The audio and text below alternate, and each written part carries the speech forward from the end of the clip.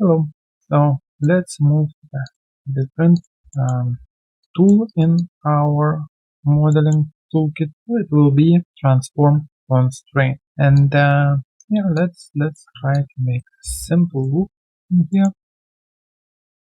And if I will just select a loop and try to drag it up, you can see that we're losing the shape. So in that manner, for example, we select edge, the loop.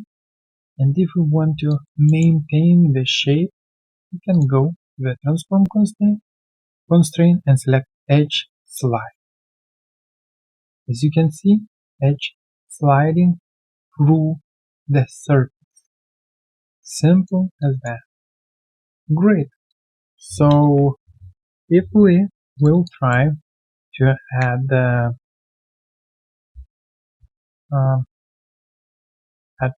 little bit more loops in here, select the face.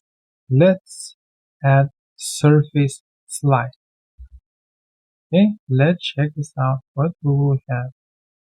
That surface sliding through, let's say on the surface, this face is sliding. Yeah, isn't that great? Okay, and if, for example, with a face, as you can see right now, we're penetrating our face, yeah, through the line. If we will select the edge slide and we will move it, as you can see, it's squashed, like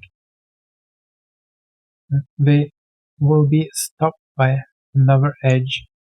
Definitely you won't do so close up probably and hitting another edge, but oh well, it has this ability. So what you can do next and how it will look, for example, if we try to delete this too, and you know, I will probably insert a few lines in here and I will extrude it,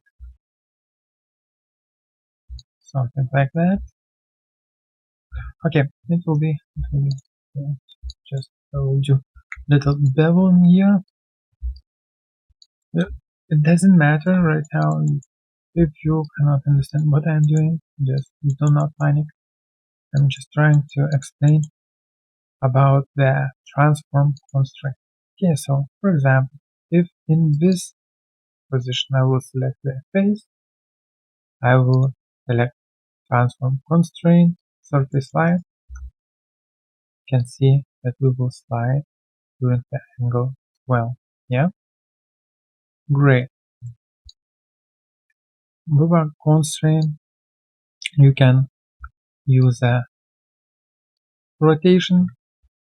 You can use all the transform tools in general, and you will stay on the surface. Yes, so basically this is it for a transform constraint. I hope you will find it useful. So stay tuned and yeah, see ya.